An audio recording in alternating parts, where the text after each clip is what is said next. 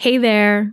So the podcast is currently on an extended hiatus so that I can write my next book and work on some other exciting projects. But while we're away, I hope you'll enjoy this fan favorite episode from the archives.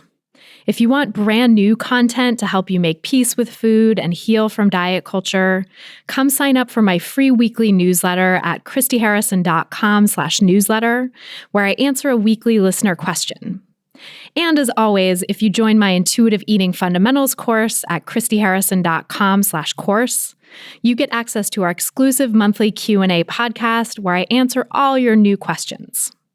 Just go to christyharrison.com/newsletter and christyharrison.com/course to sign up, or click the links in the episode description. Welcome to Food Psych, a podcast about intuitive eating, health at every size, body liberation, and taking down diet culture. I'm your host, Christy Harrison, and I'm an anti-diet registered dietitian, certified intuitive eating counselor, and author of the book Anti-Diet: Reclaim Your Time, Money, Well-Being, and Happiness Through Intuitive Eating, which is available wherever books are sold. Join me here every week as I interview interesting people from all different backgrounds about their paths toward peace with food in their bodies. And by the way, on this show, we bleep out diet culture stuff like weight and calorie numbers, but we don't censor swear words or other adult language, so listener discretion is advised. Anti-diet revolution, we're for health at every size. Eat the foods you like. Food Psych. Hey there, welcome to episode 223 of Food Psych. I'm your host, Christy Harrison, and today I'm talking with comedian, fat-positive activist, and fellow podcaster Jana Schmieding, who you may know from the Woman of Size podcast. We discuss using comedy to call out diet culture, why there needs to be more Native representation in the media, how Western values contribute to oppression and ill health, how diet culture's demonization of emotional eating causes additional distress, and so much more. It's a great episode, and I can't wait to share it with you in just a moment. But first, I'll answer this week's listener question, which is from a listener named Lise, who writes, "As a health at every size psychologist, I appreciate your podcast and often encourage my clients to listen to it as well. It seems an oversight, however, that, to my knowledge, you never even mention how cultural change has led to bigger bodies. I talk with my clients about how cultural changes, moving less due to conveniences and more sedentary jobs, and easy access to lots of different foods, is our reality today. I find that talking about these cultural choices helps decrease shame about being in a bigger body for some people. I'm wondering if there's a reason you and your guests don't ever seem to refer to this neutral phenomenon." So thanks, Lise, for that great question. And before I answer, just my standard disclaimer that these answers and this podcast in general are for informational and educational purposes only and are not a substitute for individual medical or mental health advice. So I'm really glad you asked this question because I think this is one of those really subtle nuances when working to combat diet culture. So I'm sure that some of the folks you've worked with definitely have had some reduction in shame from hearing these messages that you're speaking about. But in my experience, it can sometimes actually reinforce shame for people to hear that cultural changes have ostensibly led to bigger bodies. And I say ostensibly here because I don't think it's entirely clear that the cultural changes you're talking about have led to larger body sizes.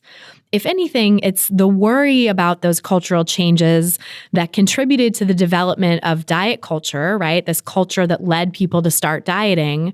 And we do know that dieting in and of itself tends to drive people's weight up over time. Not that there's anything wrong with weight gain or being in a larger body, of course, but dieting really does tend to have that effect. So the idea that food was more available and that jobs were becoming more sedentary came out of the shift from rural life working on farms to industrial jobs in cities in the mid-1800s. That's where this idea, I think, first started to take root. And there was also an industrialization of our food supply that was happening around the same time. And the culture was really awash in anxiety about what those changes, quote unquote, meant. And this was more than 150 years ago, remember, well before before any arguments about a so-called obesity epidemic, heavy air quotes here, right, came on the scene, because that concept was only invented about 25 years ago after fatness had become thoroughly demonized in the culture and people had been dieting and trying to lose weight in increasingly large numbers for 100 years. So in other words, I think if the average body size in the US has indeed crept up over the years, which is debatable depending on the years that we're talking about, it probably has a lot more to do with diet culture and the rampant rates of our efforts to shrink ourselves than it does with the nature of our work or the convenience of our food. And of course, good nutrition and having food available definitely could help people achieve the body size that they were genetically determined to achieve in a situation of food access. But there's nothing inherently wrong with that.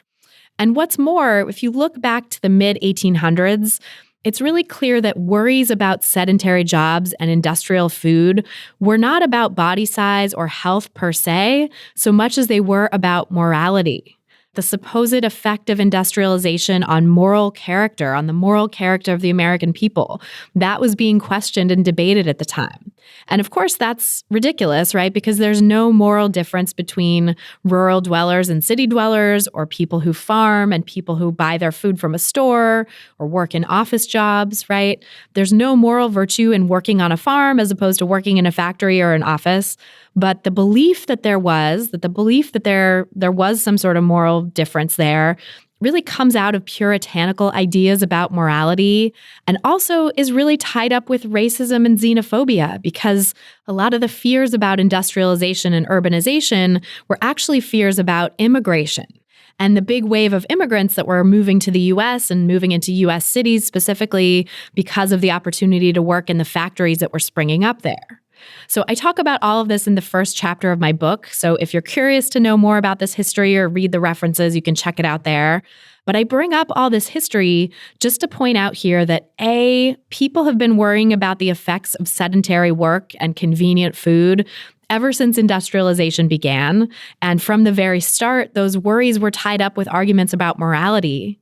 And B, because of that history, it really isn't neutral to say that sedentary work and convenient food, quote unquote, cause more people to be larger bodied.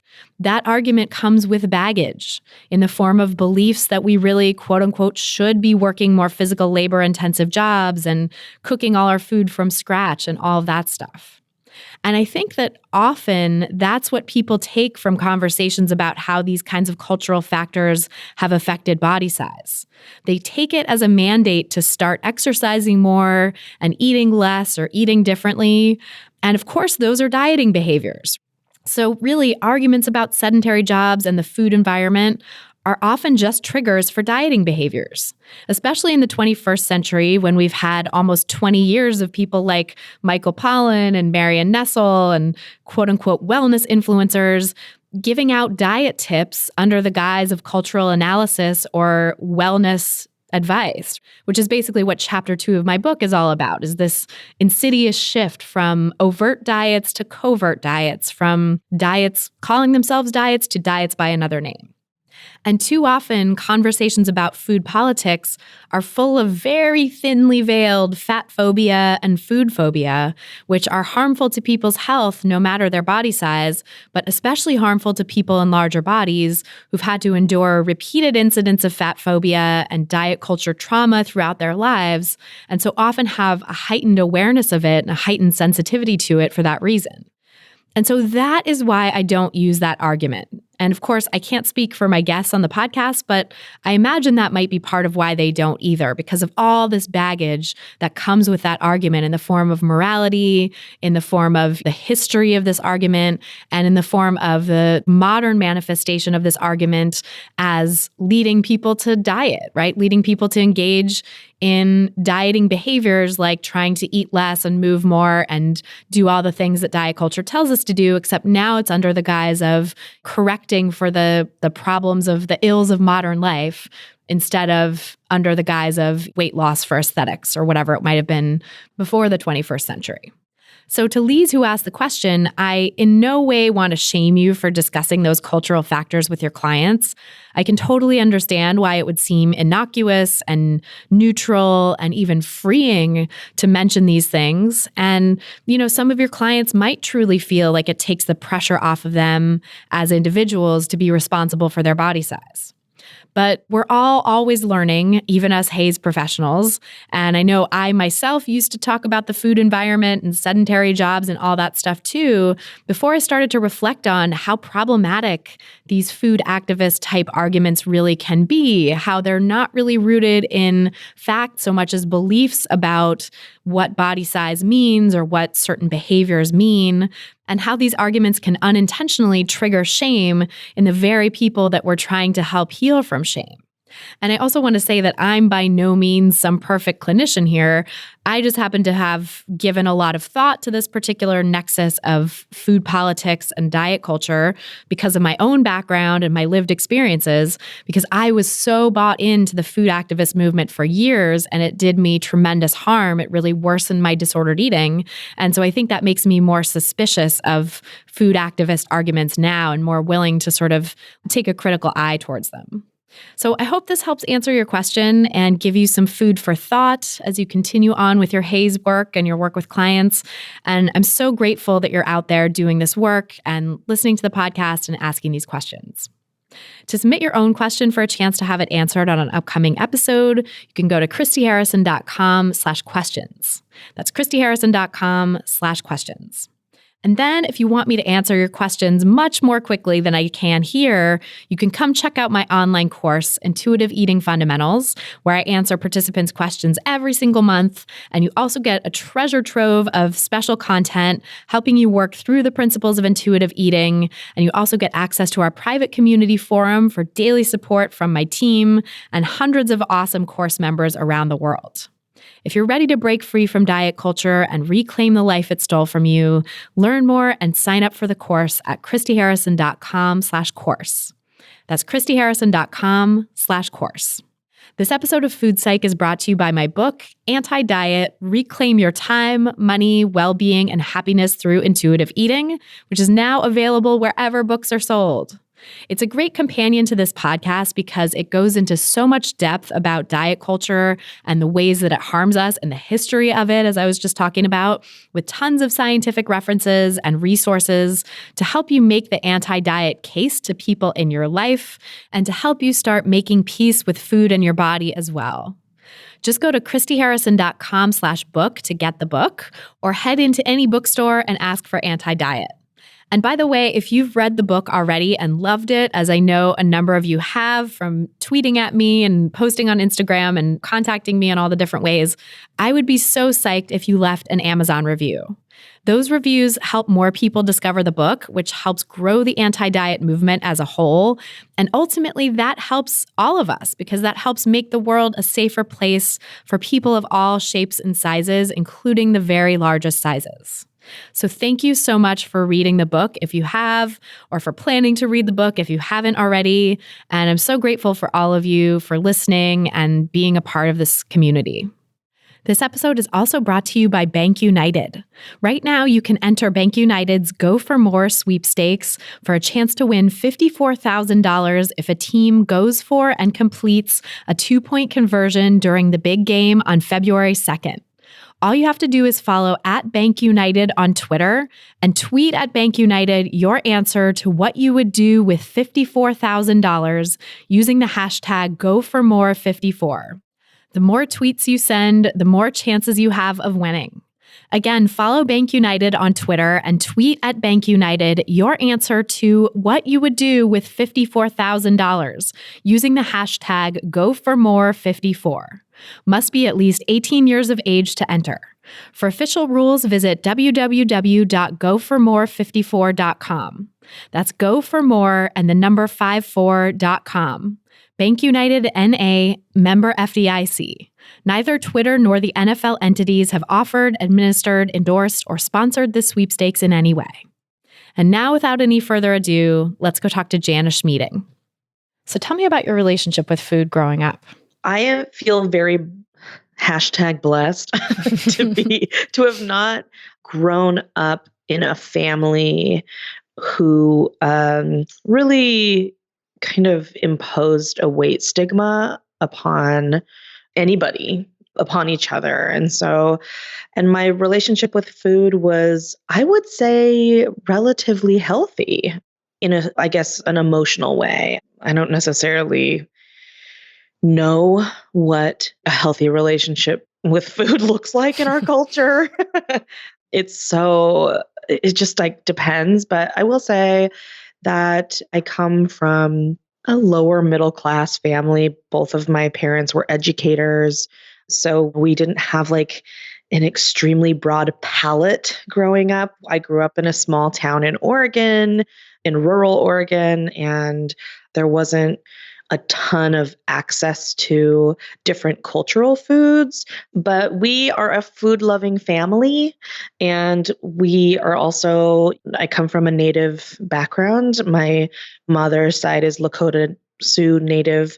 And we, as a family, we have forever celebrated with food. We gather with food. Food is not, it's never been seen as just fuel or something that is not just, it's not just part of our survival. It's actually like we use food as the cornerstone of how we function as a family. So it's connection, it's celebration, Yes. The emotional aspects of food are very present. Yes, a lot of like positive feelings about food. And to this day, I think we as a family, we still have no shame around food internally. And we don't censor our food for each other. I feel like I've been very fortunate growing up without a lot of diet products in the house. And was nobody dieting in your family? Was it kind of not a thing? It wasn't a thing, but I won't say that no one was dieting. I think that I developed some disordered eating as an adolescent, and I don't think that came necessarily from my family, from the way that my parents raised me. I really think it came from my understanding of pop culture, my my fandom of pop culture. I loved television. I loved movies and music. And so I was just constantly surrounded, as we all were, by messages of thinness and whiteness being almighty. And I grew up in the 80s and 90s, and diet culture was very rich in those decades, just the variations. And so I did grow up with a lot of friends of mine whose parents were putting them on diets or whose parents were actively dieting. I think that more than dieting, my family was a little bit more stigmatized about movement and athletics. How did they approach movement and athletics? Well, all three of us, my siblings and I, were raised from a very early age to participate in athletics, in team athletics. And I think that that's a fine thing. I played 3 sports a year throughout my entire childhood and adolescence and into my young adulthood. I wasn't necessarily great at it, but my father was a coach. He was my basketball coach for a couple of years.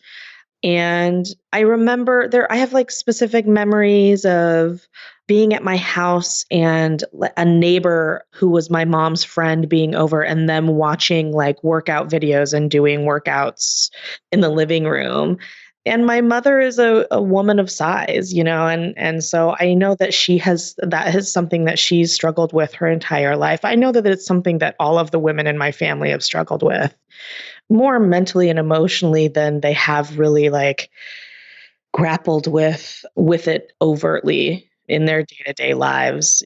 I would say that there's not like a heavy emphasis on movement and exercise, but it is something that I think that like I've been kind of scared away from after being just like constantly inundated with sports and athletics as a teen, I've come into my adulthood like really with a strong desire to repair the relationship between myself and movement, and to not feel like it's forced upon me, and to not feel like it's something I have to be doing, and to not be doing it for a reason that is unhealthy, like weight loss. I don't want to see it as that, but it's really hard to get that out of my mind. I feel like in this culture, that's kind of what exercise and movement is geared toward, or that's how it's framed so often, even when it starts out joyful or as something that parents just kind of get their kids to do, like team sports. I feel like the culture of athletics is so steeped in diet talk and ideas about weight and being like the appropriate weight for a certain sport, or needing to lose or gain weight in order to like enhance performance or whatever it is. And it's actually just occurring to me now. I was researching the history of diet culture for my book. And one thing I discovered was that the sort of earliest roots that I could find in recorded history were in ancient Greece and Rome. The ancients were all about shaming people for their food choices. Having, the word diet comes from the ancient Greek dieta, which basically means a regimen of eating and exercise, and also like maybe sex and bathing practices were sometimes thrown in there. But it was sort of this regimented way that you were supposed to live, or you were supposed to, eat and move your body and do these other things. And if you didn't do that, there was like a huge stigma on it. There was a lot of writing that specifically denigrated people who didn't follow these dietary and exercise and bathing practices as like barbarians and, subhuman sort of animals. So it's really fascinating to think about that, and how like also athletics came out of that time in history. And I didn't even have time to go into that in my book, but like athletics really dates back to ancient Greece and Rome too, in the sort of structured way that we know it. And I feel like that lineage is very unbroken in the way that we in the Western world now treat sports and athletics. Yeah. And it's interesting because both athletics and or fitness culture and diet culture can be seen from my perspective, can be seen as being highly competitive with others or with culture or with the self. And that competitiveness was something that I didn't really have. I just didn't really give a shit about like being the fastest or being the thinnest. I mean, I did strive for thinness for a better part of my life because I felt like it was something I didn't really question it to a huge degree, but I didn't excel in athletics because I didn't care. I didn't care to compete. It wasn't the type of goal setting that I was into. I don't know. But it is interesting that being competitive, it's such a Western value to be like strong and fit and top of the class. And if you're not striving for it, then you must be a huge loser. I don't know. Like, what are you doing with your life? It's so unfortunate because so many of us, by those standards, I think there's so many of us who truly don't give a shit. Yes. So what are we, just losers? That's ridiculous. Yeah, completely. Especially because it is probably the majority of the population, if not like the vast majority of the population, is not super competitive at athletics or other stuff. Yeah, or anything. Right. And I mean, I think it also goes into that like sort of individualistic Western value of like the primacy of the individual and like pulling yourself up by your bootstraps, and you're like a self-made man. It's always said as like a self-made man rather than like person, which says something about what our culture sees as someone who can be self-made. Totally. Yeah, that part, that individualistic part has always been a conflict in my life as well, because it's just not the way that most indigenous nations, at least on Turtle Island or what we now call North America, like that's just not the way we function. Our value system isn't geared toward the one who is the center. And even Western culture tells when whiteness tells the story of Native America, it's always like this chief and this warrior and this man, this head of the group and blah, blah, blah. It's like it's so desperate to center one head man. But that's really, really kind of antithetical to how we functioned as communities. Our value systems and the way that we related to each other were so much more about balance and equity and surviving with each other and thriving with each other, and which I think just like made a lot of space for people with difference. When we're not like centering the ideal of one human being and that whatever that human being embodies, whether it be bravery or scholarship or whatever it is, if we're not centering a one ideal narrative, then we are actually like decentering our ideals. And we're then creating space for people who exist otherwise as marginalized. And we make space for people with disabilities. We make space for people who don't identify within the gender binary construct. We make room for people with facial difference and body difference and mental and emotional difference. Like all of these things, like we can all, there is room for those individuals to be powerful and to be honored and to be respected as equals and not outside of the group. That's so interesting even to think about the term marginalization, because, we talk about that a lot in social justice circles of like people who are marginalized, but like that wouldn't even exist if we didn't have a construct that was like the center versus the margins. Right. Even, the fact that marginalization exists is like a very Western thing, it seems like. It is. It's a very Western thing. It's a very colonial thing. It relies on a power structure. It relies on a hierarchy. And it's really hard in our current American culture to what I would call decolonize the way that we exist as relatives, as relations to each other, because there are just so many hierarchies. We have a hierarchy between each other as people, first and foremost, but then we have political hierarchies, we have social hierarchies, we have hierarchies between ourselves and animals, we have hierarchies between ourselves and plants.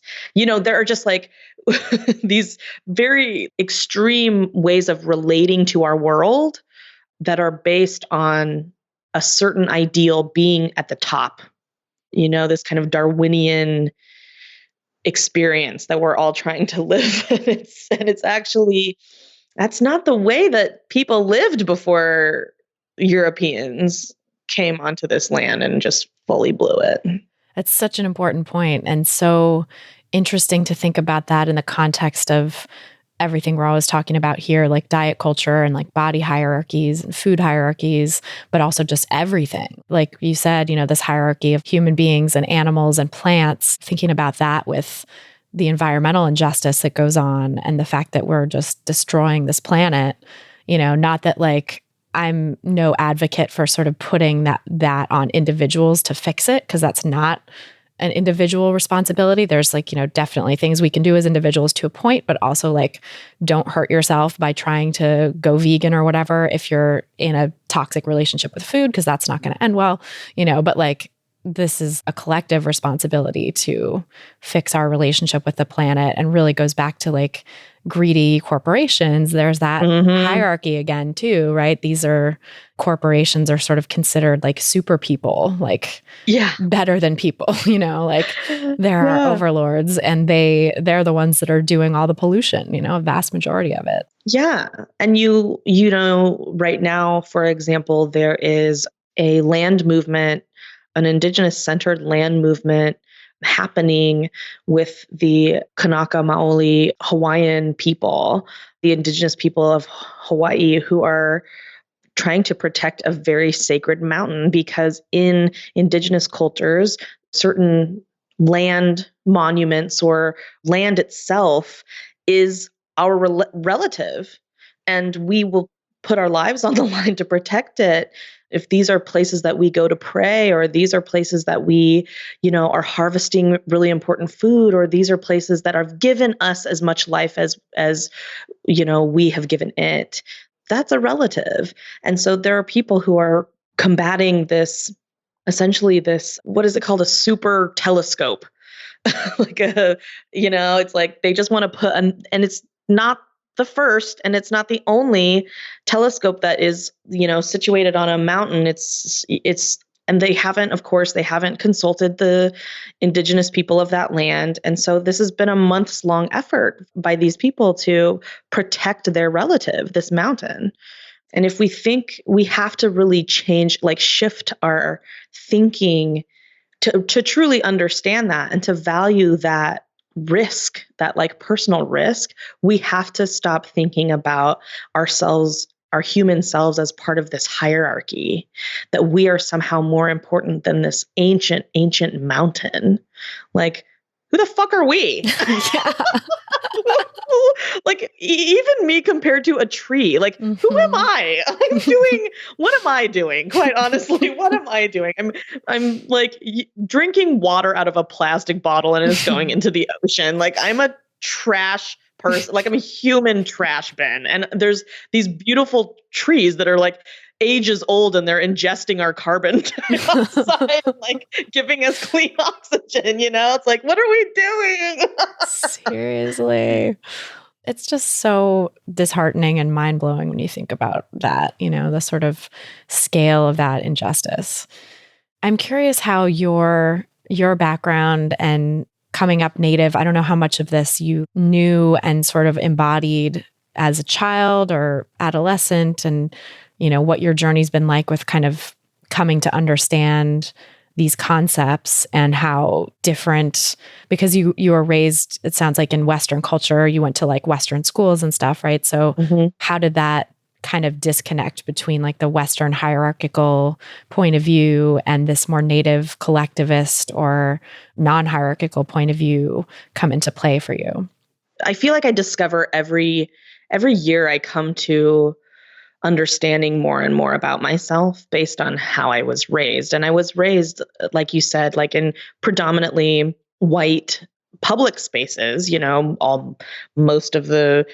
were no other Native families in the small town that I grew up in. Eventually, I think there were a couple more, but not necessarily people who were in touch with their indigenous communities. And I was raised by my grandparents and my parents to be in touch with, in connection with the intertribal Native community in Oregon. And so I grew up partially, obviously, for the most part, in white spaces, but then I would also, for a better part of my childhood, exist in these kind of decolonized Native-only environments where there were a lot of Native people that, helped raise me, and aunties and uncles and a ton of grandparents. And just I was a traditional dancer and was raised with my siblings and my cousins as a Native person. And so my understanding of everything was really shaded by both of these existences. I was very confused a lot of the time about why. I was confused, honestly, about why I was so sad. Didn't understand. I didn't understand intergenerational trauma. I didn't understand that I was carrying a lot of it. I didn't have language around depression and anxiety to a degree that I wish I had. And the way that I saw bodies in these decolonized spaces was not hierarchical like it was at school, for example. And, at school, you're raised around people who, especially in the 90s, where thinness is queen, and God bless you if you have cellulite as a young teen.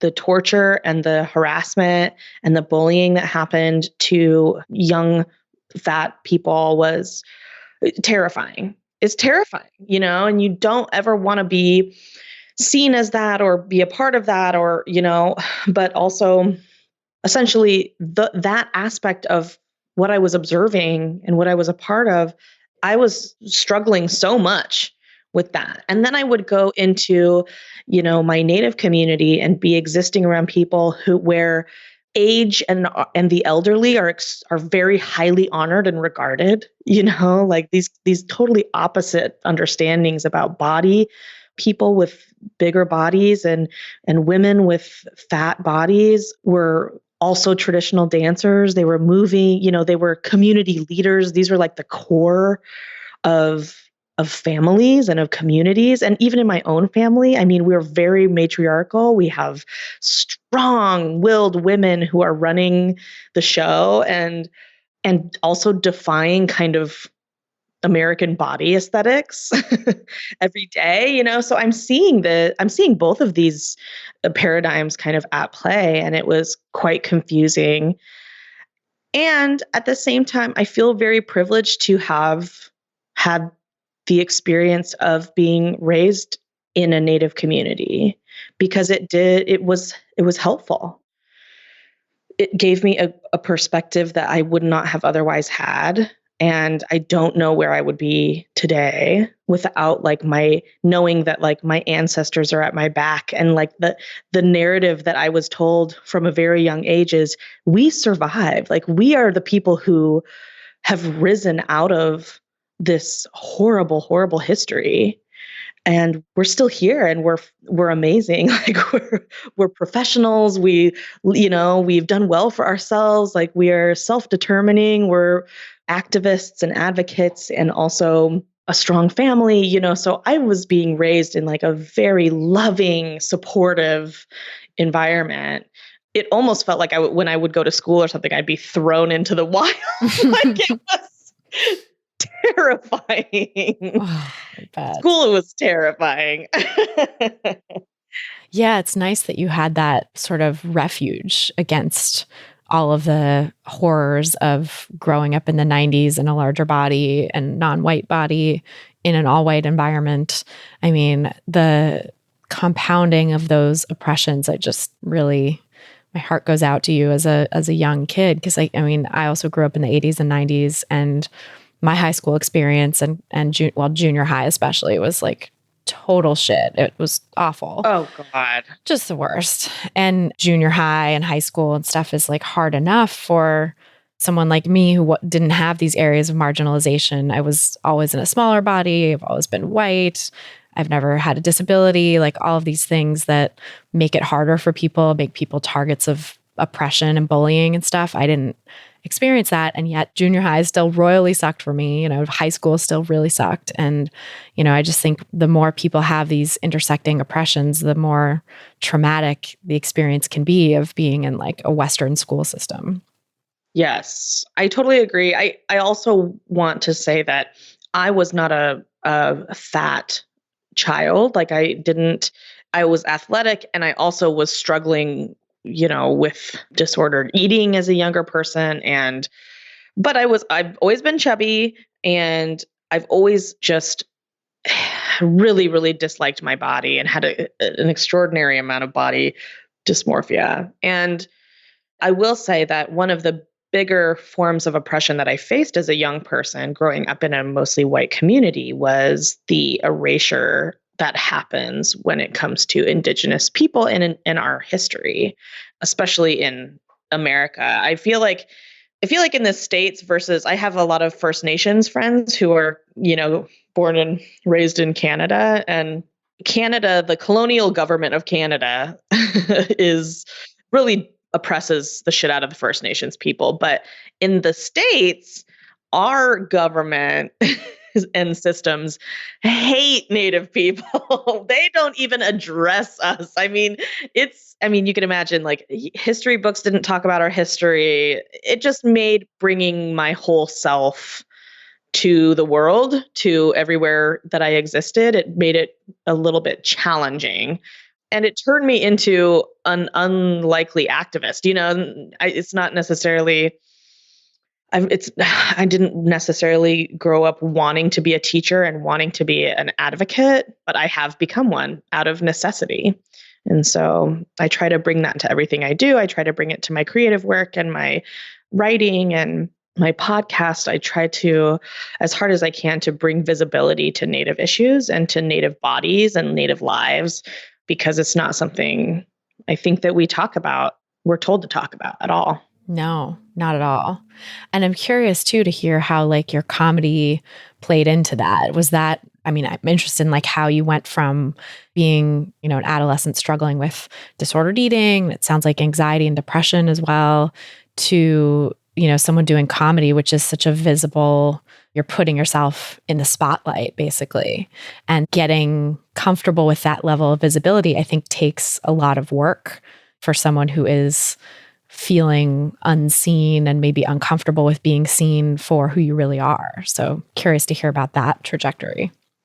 Yeah, I think that for a lot of years, I think honestly, because of my body and because of the person that I was in my body in college, I was studying theater, and I just wasn't a person who was going to be put in roles as a lead, as an ingenue, as a person who is the romantic interest. Because of all that bullshit standard hierarchy stuff you're talking about. Exactly.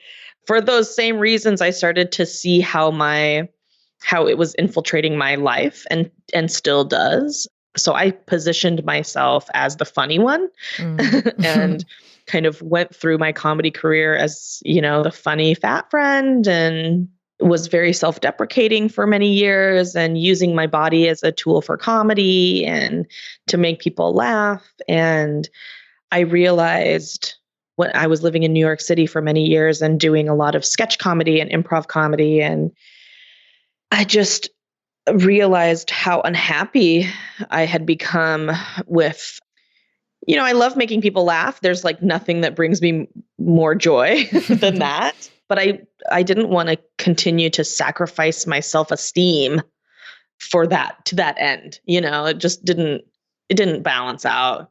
So I started to get serious about writing and journaling about how I was really struggling with my body and how my body looks, and how that appearance, my need to appear healthy and able and thin, and all of these things were really like kind of creating these like comedic blocks for me and creative blocks for me. And I wasn't cultivating like a strong self-image for myself that was sustainable. Do you think when you first started out, you had this idea in your head of like, if I'm going to be on stage or if I'm going to be a person in this comedy or entertainment business, I have to adhere more to the standard. Like I have to shrink my body in order to try to look more like the quote unquote ideal? I think that I'll say this, I would be that if there weren't this other kind of thing that was forming as a young adult in our culture, like in the early 2000s, kind of around the time that I was really starting to get heavily into improv and sketch comedy, which was there was a little bit of space in the comedy zeitgeist for a fat person, a fat woman, but she had to use her body for comedy, and she had to be if not the butt of the joke, in on being the butt of the joke. There were just like these inklings of hope. And they weren't quite on the mark of where I would like it to. They're still not, on the mark of where I would like fatness to be represented in mainstream comedy spaces. But it gave me, even that little amount of like visibility gave me enough confidence to say, you know what? Nobody else is going to write my shit for me. Like, why don't I have to just keep creating characters and space for myself. I'm never going to be like a young comic to check out, like a rising star. Like, that's just not my narrative. I'm not that. I'm always going to have to be like a self-made a self-made man, baby. I gotta be a self-made man. you gotta do it. I just realized really early on, because of my body, that I was going to have to create roles for myself. Nobody else was doing it for me. And luckily enough, because I was raised in a family that was like, chase your dreams, baby. Do whatever, like happiness is key. Don't let the world bog you down. Like that whole that really like pushed me and supported me through being like, all right, well, shit, I'm just going to go for it. This is just a hobby. So if it blows it, like at what cost? Right. What have I got to lose? It's worth a risk. Right. And now I've come to a point where I'm like, this is kind of the crux, the crux of my jokes, the crux of my comedy is making fun of diet industry, making fun of fat phobia, and being able to really turn around and say, wow, isn't this fucked up that all of you believe this shit? Look at your damn selves. Oh, so important. I love like the ability to call this stuff out with humor, because I think it's such a good like maybe first step in for some people, or for people who've like been thinking about this for a while. It's just a welcome relief, because sometimes it can feel kind of dark and depressing to think about diet culture and like this huge system of oppression that's so hard to break free from. So like giving people a space to laugh about it is amazing. So needed. Yeah, and comedy is truth. You know, the best kind of comedy is the comedy that doesn't hold back, and that really comedy is cultural critique. So if we give it that importance in our life, that like laughter is crucial to like our sanity and our mental health, and also the things that we make fun of, the things that we choose to spotlight in our jokes, if they are truly making fun of some of the more evil things in our culture, like we're going to get through it, babe. We're going to do it. Yes. And it's helping. It's like part of the fight. Yeah, it really is. It's activism. I love that. So how did you mentioned you got into disordered eating in adolescence, and I'm curious how your own journey out of that kind of dovetailed with your comedy journey to getting to where you are now. I don't know how I got out of it.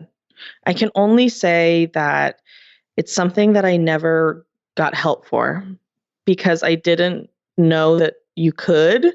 I feel like I was just a person who was like I watched like DJ on Full House go through an eating disorder. I watched Samantha on Days of Our Lives go through an eating disorder. I watched like Jesse Spano on Saved by the Bell have a meltdown with speed. There were these things that I was seeing that I was like, oh, this is a thing. Like we're talking about it. Like the need to be thin.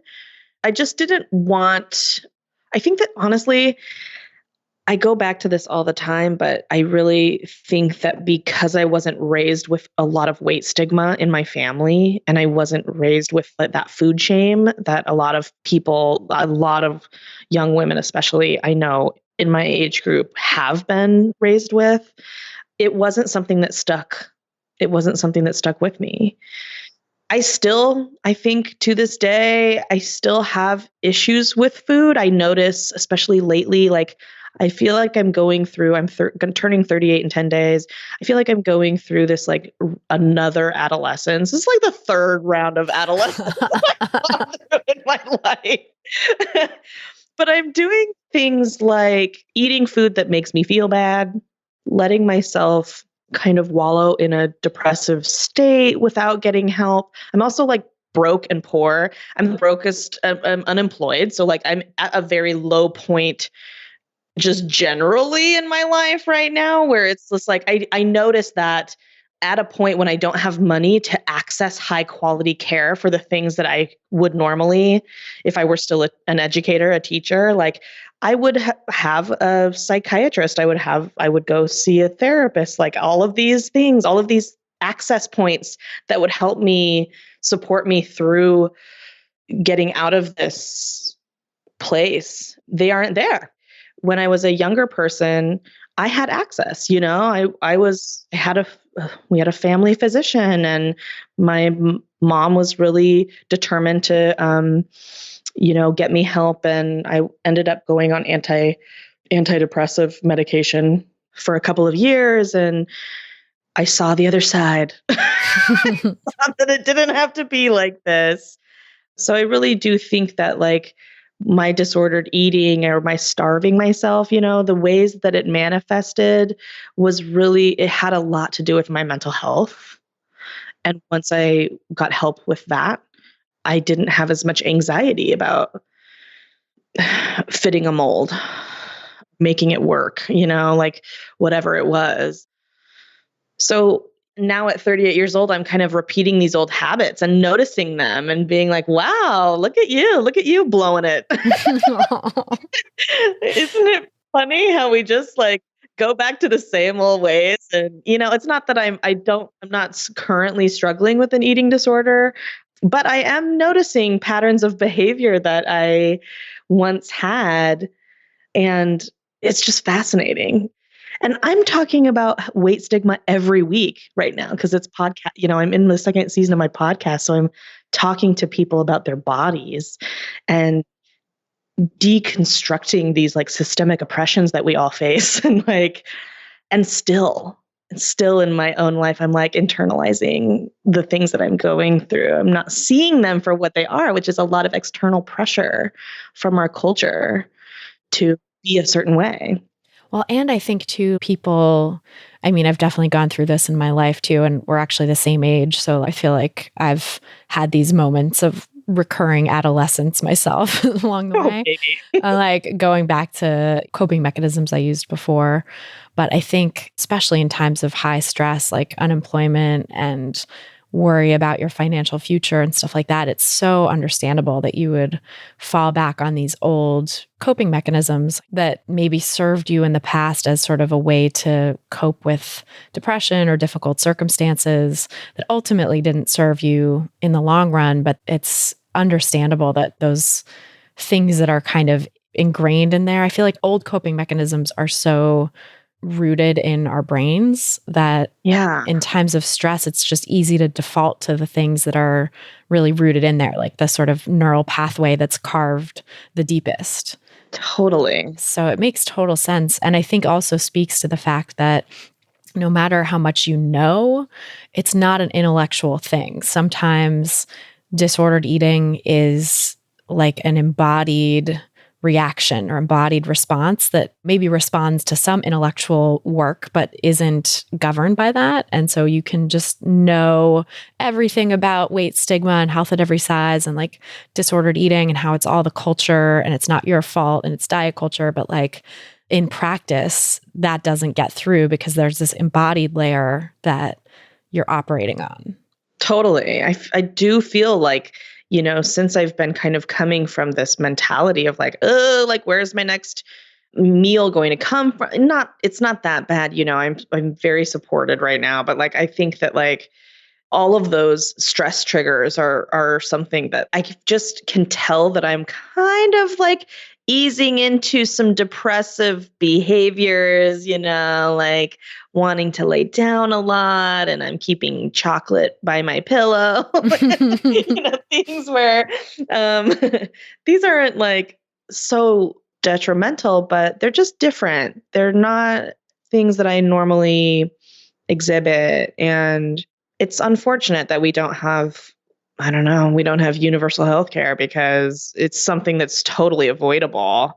And you're right. Like I can't outsmart myself. It's so funny. I normally am able to rationalize what I'm doing by intellectualizing it and being like, this is what's happening. And that's even what I'm doing right now. I'm like, this is what's happening. I'm very conscious of it. I'm going to self-diagnose and just carry right along. And what's really, what is not changing is the actual behavior that will carry on until it doesn't anymore, until I can figure it out. Well, and until too, you can get some support for the things that maybe those behaviors are coping with. So right. Just like you said in the past where you got help for the depression and then it made it less necessary to do the disordered eating. You were sort of like, this doesn't feel important anymore. Right. I think it's the same sort of thing with any difficult situation. Like we might fall back on old coping mechanisms because it's necessary, it feels necessary in the situation, but then improving the situation or finding other ways to cope, AKA universal health care would be really helpful here. Like that would be a coping mechanism for people who lost their job and, needed some support psychologically in between while they figure out their next move. God, absolutely. And so I can understand why like falling back on those old things it's just like this embodied response because that's what you learned to do back in the day, and it worked to some level. Yep. And at the same time, I equate food with comfort and family and home and connection. And so when I'm bummed out, there's nothing more comforting than like curling up with something warm and delicious, or just like consuming a lot of warm and delicious things at all times, Yeah. And I'm also at the same time trying really hard to consciously not judge my behaviors. I think that something that I think we do culturally a lot is we do a behavior that is some kind of exhibition or a display of a mental place or an emotional place that we exist at the time. And then we right away place some value on it and just want to say, this is wrong. What I'm doing is bad. And what a shitty behavior. Like, how dare you be, emotionally eating or whatever, which is like so scary. Like, I can't also carry that burden. No. And it just really entrenches the issue, because now you're hurting for whatever you were hurting for before, and from like the weight stigma and the food stigma that is placed on you from thinking that it's bad to be using food to cope. Right. Which is that's something that diet culture, I feel like, really pushes us into, and it demonizes emotional eating. It demonizes turning to food for comfort. And specifically, I think it's related to this idea of like, you're going to gain weight and oh my God, you can't do that, Right. And so this thing that is a coping mechanism, and that also in a lot of cases, diet culture creates in the first place, Yes. for people who never were experiencing that and then suddenly start emotionally eating after a diet or something. It's like a lot of people I think learn emotional eating in response to a diet, and then it becomes like this coping mechanism for the future also that you go back into. It's pointing the finger at this thing that's actually helping you cope, and being like, that's the problem, instead of what actually is, the underlying problem. And also the fact that dieting and shaming yourself for eating this way is not going to help. It's just going to make everything 10 times worse. Yeah. Truly. There's nothing worse than having eaten something that is comforting and actually feels wonderful to eat, and then feeling this external shittiness that's just like, shame on you. Oh, I know. I can't stand it. Yeah, it's horrible. It's horrible. And no one should have to feel that. Part of the work I do, and I'm sure the work you do too, and raising awareness about weight stigma and trying to fight back against it and dismantle diet culture, is that we just need to take off these layers of shame. We just need to remove that extra layer so that people can focus on what they really need to focus on, help themselves feel better, get through their lives, enjoy their lives, maybe use whatever coping skills they need to use to be able to be happy and feel like they can function, or even just get out of bed in the morning. If not happy, then just sort of able to function. Yeah. There's so many ways in which food helps us with that.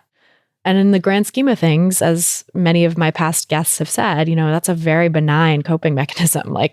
It's not like you're shooting up heroin to try to cope, which again, is another way that people try to cope. And I totally understand it, but that is immediately detrimental to your well-being, whereas food is not. Yeah. I also carry with me a deep understanding that in my history, in my ancestral past and in my own family, that food was the first line of genocide.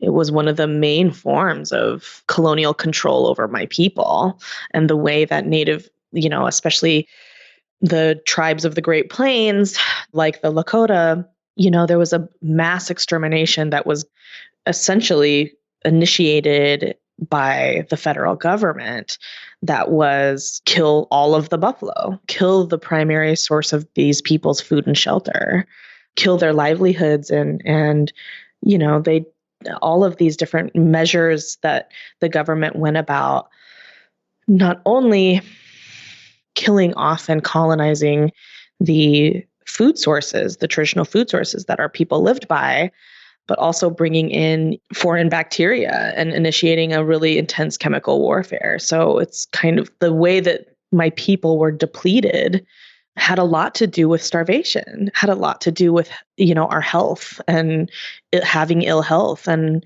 becoming disabled by these things.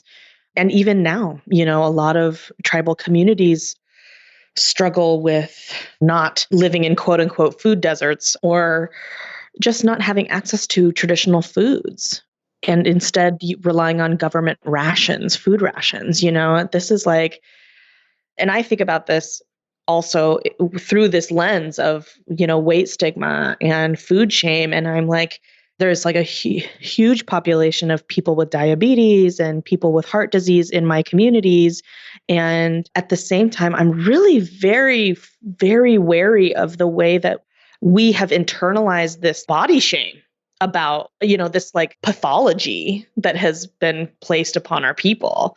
This understanding that all we are people that are living off of government handouts and that we're lazy and unhealthy and we're just draining the healthcare system or what, all of this shit that is just like, it's really scary because people who don't have access to information otherwise are going to internalize that. That's going to become something that people feel shame about. Yeah. And self-stigmatize in that way. Yeah. And internalizing that form of oppression rather than seeing, and it's so insidious because it's like our culture, Western culture, oppresses so many people. And that oppression, we know from health research, raises their risk of all kinds of chronic diseases and makes it more likely that people are going to get heart disease and diabetes and all these things, regardless of what food they're eating or not eating. But also it happens to be that people in those communities often are in like food deserts as well and can't get access to a wide variety of foods or traditional foods, like you said. And so then it becomes this narrative of you're responsible because you're eating all these quote unquote bad foods, not recognizing that racism and economic inequality and all this stuff is the reason that people are, gravitating towards those foods, and that people really need food and need food access and are going to eat whatever's available because that's survival. That's important. And then like blaming people for creating, quote unquote, creating these health conditions by what they eat or how the size of their body. Also not recognizing the stigma, the racism, this economic inequality, all of these social determinants of health actually have far greater bearing on our health outcomes than what we eat or how we move our bodies. And so it's like making it into this personal responsibility again, sort of going back to this like Western idea of like personal responsibility and individualism rather than seeing the collective causes and the societal causes that are actually responsible for people's ill health. Yes, it drives our youth into disordered eating and their own struggles with self-esteem. And Native children are already struggling with self-esteem. They feel invisible. There's no Native representation anywhere that they look in mainstream culture. So they truly feel as if they've been abandoned by the world. And so the youth suicide rates on reservations are extraordinarily high. And I consider eating disorders and weight stigma a social justice issue. And that compounded with hyper invisibility of Indigenous children and hopelessness and intergenerational poverty and trauma. All of these things are kind of existing in the lives and bodies of Native youth. And it's terrifying. Well, and it reminds me too of what you were saying about your story, that your disordered eating was triggered in part by like pop culture and your awareness of pop culture and not seeing your body represented, not seeing bodies like yours represented. Totally. I mean, that's such an important issue for all kinds of people, is having more representation so that people don't feel like they have to change something about themselves to be deserving. But like, especially with what you're talking about with the rates of disordered eating, the rates of suicide, how amazing would it be for Native youth to see themselves represented on TV, even if they don't have anyone else Native in their small town or in their school or whatever, just to have one, or hopefully multiple like cultural touch points that say basically it's okay to look like you. You are okay. You are enough. Totally. To have a chubby or a fat Native on TV who's thriving and living their life and truly existing in healthy relation to other people and not trapped in the 1800s with long hair and a thin body and sinewy atop a horse, like that's all we have is the Dances with Wolves version of who we are. We don't have the Rebel Wilson version of who we are, and we are Rebel Wilsons. That's who we are. Yes. Oh, I love it. Well, I feel like the work you're doing is so important in that regard. Like being someone who has the skills in comedy and writing and podcasting, and like your podcast is just so listenable. It's so good. You're a great host. You're a great speaker and funny. And like, I just want everyone to, engage with your work. And I hope that your work and people like you doing the similar work, or people listening to you who decide, hey, I want to do this too, can create more representation for Native people so that maybe the next generation can grow up with something other than the bullshit Dances with Wolves, ideal of what Nativeness looks like. Thank you so much for saying that. It means a great deal to me. It means so much. Yeah. No, I just think you're amazing. And I want everyone to know what you're up to. So tell us where people can find you, learn more about your work, support what you're doing, all the good stuff.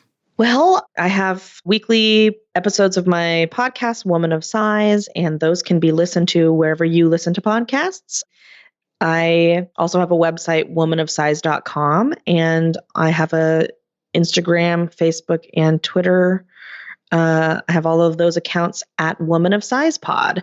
And that's where I pretty much release all of my thinking and writing and discussion about not only weight stigma, but also Native visibility and all of the intersecting justice issues that go along with living in a marginalized body. That's so good. It's such great content. So we'll link to all that in the show notes so that people can find you. And you also mentioned that you had a piece in a YA anthology, The Other F Word. You want to tell us about that? Yes. I would love folks to go out and buy The Other F Word. It's edited by Angie Manfredi and contributions from several different fat positive essayists. And I have an essay in the compilation called Chubby City Indian, where I talk about growing up in both cultures and what it was like looking at my body through both of those lenses. It sounds so good. I can't wait to read it. Well, thank you so much. We'll put links to all that in the show notes. And thanks again for sharing your story and just for being so open with us. And it's really a pleasure to talk with you. Thanks so much for having me, Christy. So that's our show. Thanks again so much to Jana Schmieding for joining us on this episode, and thanks to you for listening. If you've gotten something out of this podcast, please help us reach more people who need to hear the anti-diet message by sharing this episode and subscribing to the pod on Apple Podcasts or your favorite podcast platform, whatever that may be. You can see all the places to subscribe at christyharrison.com/subscribe. That's christyharrison.com/subscribe. And you can also leave us a nice rating and review in your podcast provider of choice, which is another way to help new listeners discover us and is always so appreciated. If you're looking for some practical tips to help you get started on the anti-diet path for yourself, grab my free audio guide, 7 Simple Strategies for Finding Peace and Freedom with Food. Just go to christyharrison.com/strategies to get it. That's christyharrison.com/strategies. For full show notes from this episode, including all the resources we mentioned, plus a full transcript, you can go to christyharrison.com/223. That's christyharrison.com/223. And to get the transcript, just scroll down to the bottom of the page and enter your email address. This episode was brought to you by my online course, Intuitive Eating Fundamentals. If you're ready to make peace with food, break free from diet culture, and reclaim the life it stole from you, learn more and sign up for the course at christyharrison.com/course. That's christyharrison.com/course. A big thanks, as always, to our editor and sound engineer, Mike Lalonde, our community and content associate, Vinci Chue, and our administrative assistant, Julianne Watasek, for helping me out with all the moving parts that go into producing this show every week. Our album art was photographed by Abby Moore Photography and designed by Meredith Noble, and our theme song was written and performed by Carolyn Pennypacker Riggs. Thanks again for listening, and until next time, stay psyched.